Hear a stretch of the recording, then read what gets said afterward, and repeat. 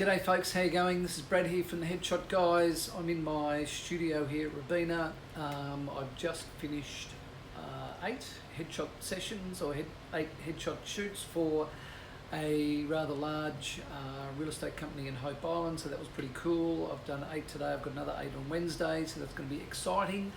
It's always good fun, but one of the challenges I always have with shooting any groups or shooting any headshots for that matter is people are often talking in their corporate headshots about their personalities. Now, I will often ask these people that will ask me or tell me that they want to show their personality in a headshot session. I always ask them why.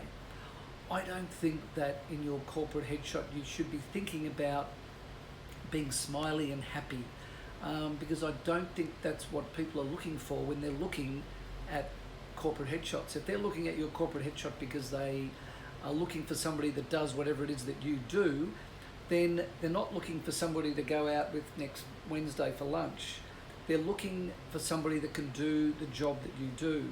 So they're looking for that best person. So it makes your corporate headshot a little bit more interesting because it's about your ability to do the job. And for me, you show your ability to do a job by looking confident and authoritative.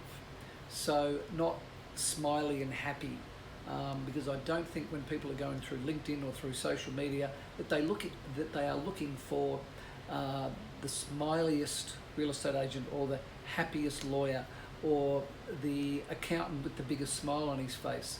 They're looking for the best person to do a job. So keep that in mind when you're shooting headshots and or when you are having your headshots done. You don't want to be looking like the biggest, happiest, smiliest person, particularly if you can't do a real smile. If it just ends up looking fake, it just ends up looking stupid. So you don't want to look stupid in your corporate headshot. So that's all you get today.